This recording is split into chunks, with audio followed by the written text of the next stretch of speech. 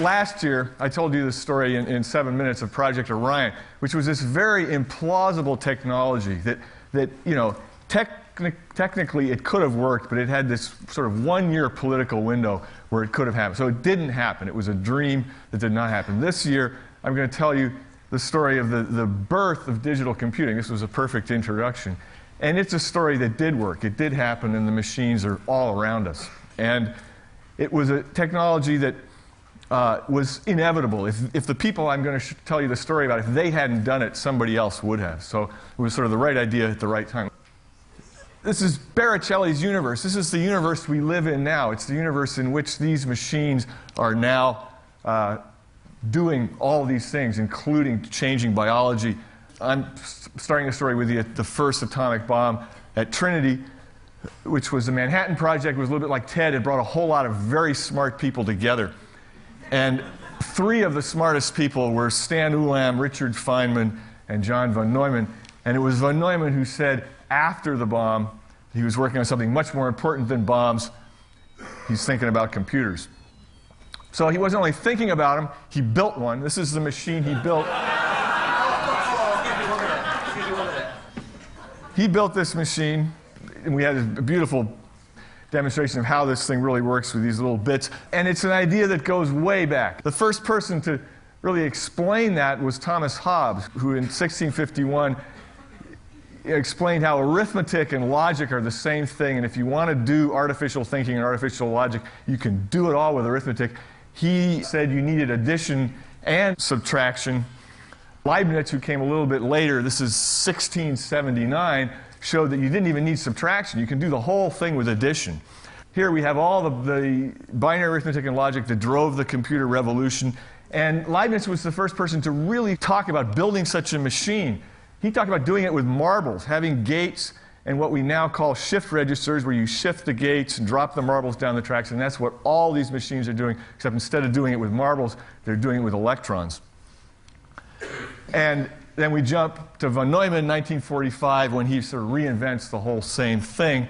And 1945, after the war, the electronics existed to actually try and build such a machine. So June 1945, right, actually bomb hasn't even been dropped yet, and von Neumann is putting together all the theory to actually build this thing, which also goes back to Turing, who before that gave the idea that you could do all this with a very brainless little finite state machine, just reading a tape in and reading a tape out. The other sort of genesis of what von Neumann did was the difficulty of how you would predict the weather. Louis Richardson saw how you could do this with a cellular array of people, giving them each a little chunk and putting it together. Here we have an electrical model illustrating a mind having a will, but capable of only 2 ideas. And this is really the simplest computer. It's basically, it's the, you know, why you need the qubit, because it only has 2 ideas. And you put lots of those together, you get the essentials of the modern computer: the arithmetic unit, the central control, the memory, the recording medium, the input and the output. But there's one catch. This is the fatal, you know, we saw it in starting these programs up.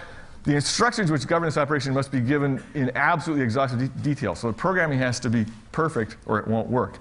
If you look at the origins of this, the classic history sort of takes it all back to the ENIAC here, but actually the machine I'm going to tell you about, the Institute for Advanced Study machine, which is way up there, really should be down there. So I'm trying to revise history and give some of these guys more credit than they've had. Such a computer would open up universes which are at the present outside the range of any instrument. So it opens up a whole new world, and these people saw it. The guy who was supposed to build this machine was the guy in the middle, Vladimir Zworykin from RCA. RCA, and probably one of the lousiest business decisions of all time, decided not to go into computers. But the first meetings, November 1945, were at RCA's offices. RCA started this whole thing off and said, television's the future, not computers. The essentials were all there, all the things that make these machines run. Von Neumann and a logician and a mathematician from the Army put this together. Then they needed a place to build it. When RCA said no, that's when they decided to build it in Princeton, where Freeman works at the Institute. That's where I grew up as a kid. That's me. That's my sister Esther, who's talked to you before. So we both go back to the birth of this thing. That's Freeman a long time ago. And that was me. And this is von Neumann and Morgenstern, who wrote The Theory of Games. All these forces came together there in Princeton. Oppenheimer, who had built the bomb, the machine was actually used mainly for doing bomb calculations. And Julian Bigelow, who took Zworykin's place as the engineer to actually figure out, using electronics, how you would build this thing. The whole gang of people who came to work on this, and the women in front who actually did most of the coding were the first programmers. These were the prototype geeks, the nerds. They didn't fit in at the Institute. This is a letter from the director, concerned about, especially unfair in the matter of sugar. You can read the text. So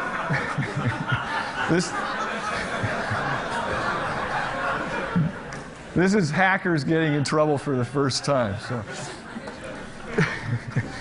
So these were not theoretical physicists. They were real soldering gun type guys, and they actually built this thing.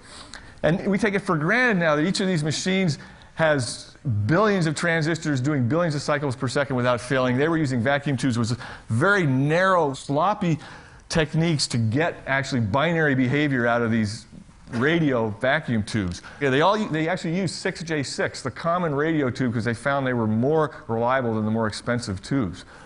And what they did at the Institute was publish every step of the way. Reports were issued so that this machine was cloned at 15 other places around the world. And it was the original microprocessor. All the computers now are copies of that machine. The memory was in cathode ray tubes, a whole bunch of spots on the face of the tube, very, very sensitive to electromagnetic disturbances. So there's 40 of these tubes, like a V40 engine running the memory. The input and the output was by teletype tape at first. This is a wire drive using bicycle wheels. This is the archetype of the hard disk that's in your machine now. Then they switched to a magnetic drum. This is modifying IBM equipment, which is the origins of the whole data processing industry later at IBM. And this is the beginning of computer graphics. The graphic beam turn on this next slide, that's, as far as I know, the first digital bitmap display, 1954.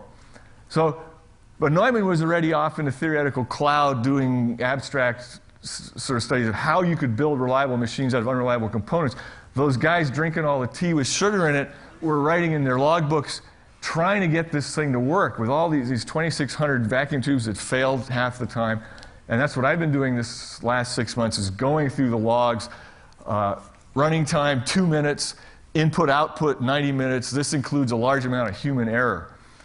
So they're always trying to figure out what's machine error, what's human error, what's code, what's hardware. That's an engineer gazing at tube number 36, trying to figure out why the memory's not in focus. You had to focus the memory. Seems okay. So you had to focus each tube just to get the memory up and running, let alone having, software problems. No use, went home. Impossible to follow the damn thing. Where's the directory? So already they're complaining about the manuals. Before closing down in disgust, the general arithmetic, the operating logs, burning lots of midnight oil. MANIAC, which became the acronym for machine, mathematical, numerical, integrator, and calculator, lost its memory. MANIAC regained its memory when the power went off. Machine or human? Aha! So you figure out it's a code problem. Found trouble in code, I hope. Code error, machine not guilty. Damn it, I can be just as stubborn as this thing.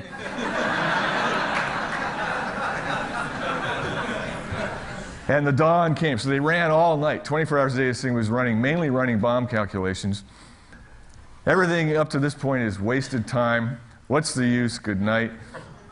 Master control off. The hell with it. Way off. Something's wrong with the air conditioner. Smell of burning V-belts in the air. A short, do not turn the machine on.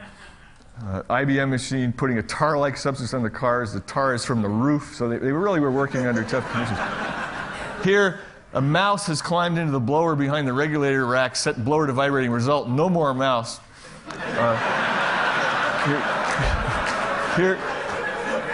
Here lies mouse, born, question mark, died, 4:50 a.m., May 1953. There's an inside joke. Someone has penciled in, here lies Marston mouse. If you're a mathematician, you get that, because Marston was a mathematician who objected to the computer being there. Picked a lightning bug off the drum, running at 2 kilocycles. That's 2,000 cycles per second. Yes, I'm chicken. So 2 kilocycles was slow speed. The high speed was 16 kilocycles. I mean, I can remember a Mac that was 16 megahertz. That's slow speed. I have now duplicated both results. How will I know which is right, assuming one result is correct? This now is the 3rd different output. I know when I'm licked. We've duplicated errors before. Machine run fine, code isn't. Only happens when the machine is running. And sometimes things are okay. Machine, a thing of beauty and a joy forever, perfect running. Parting thought, when there's bigger and better errors, we'll have them. So nobody was supposed to know they were actually designing bombs. They were designing hydrogen bombs. But someone in the logbook late one night finally drew a bomb. So that was the result, was Mike, the first thermonuclear bomb in 1952. That was designed on that machine in the woods behind the Institute. So von Neumann invited a whole gang of weirdos from all over the world to work on all these problems. Barrett Shelley, he came to do what we now call really artificial life, trying to see if in this artificial universe, I mean, he was a viral geneticist way, way, way ahead of his time. He's still ahead of some of the stuff that's being done now, trying to start an artificial genetic system running in the computer.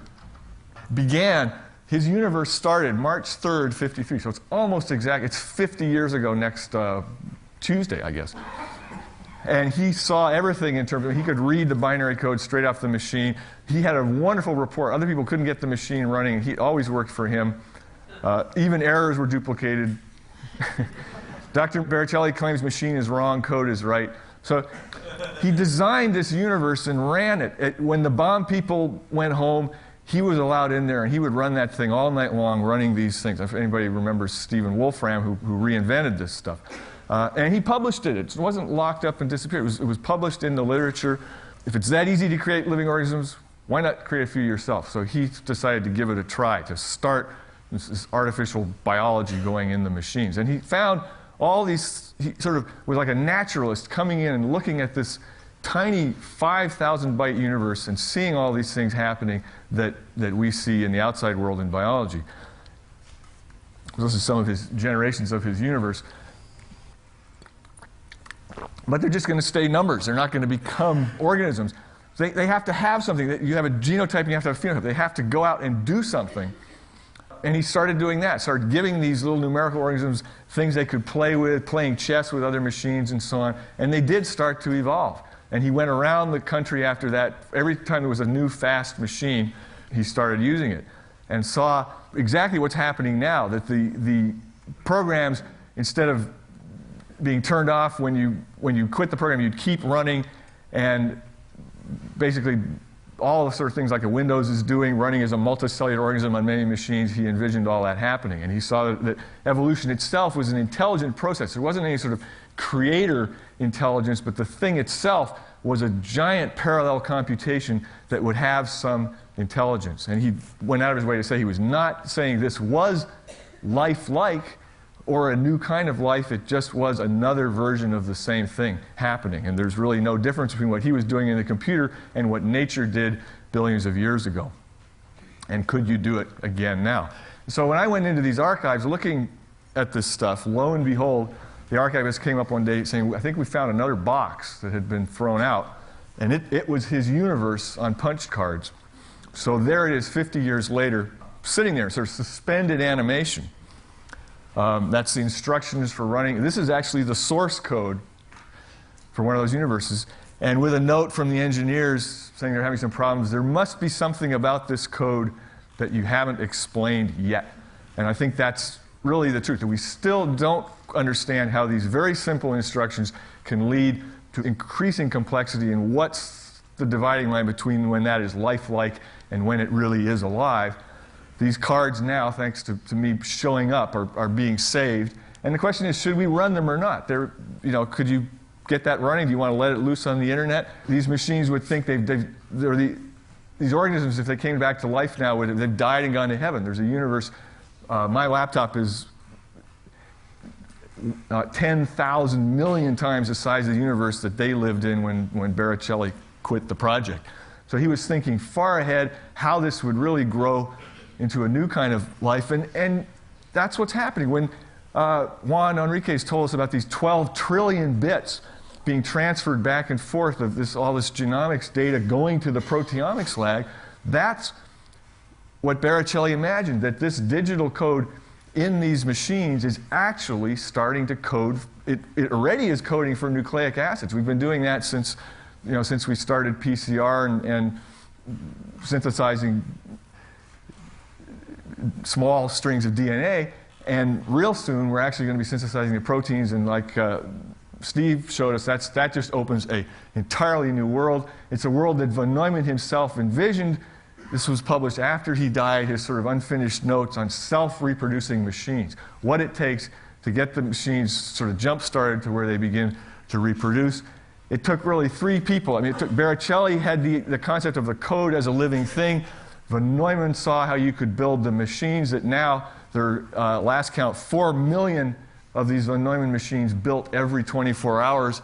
And Julian Bigelow, who died 10 days ago, this is John Markoff's obituary for him, he was the important missing link, the engineer who came in and knew how to put those vacuum tubes together and make it work. And all our computers have inside them the copies of the architecture that he had to just design one day, sort of on pencil and paper.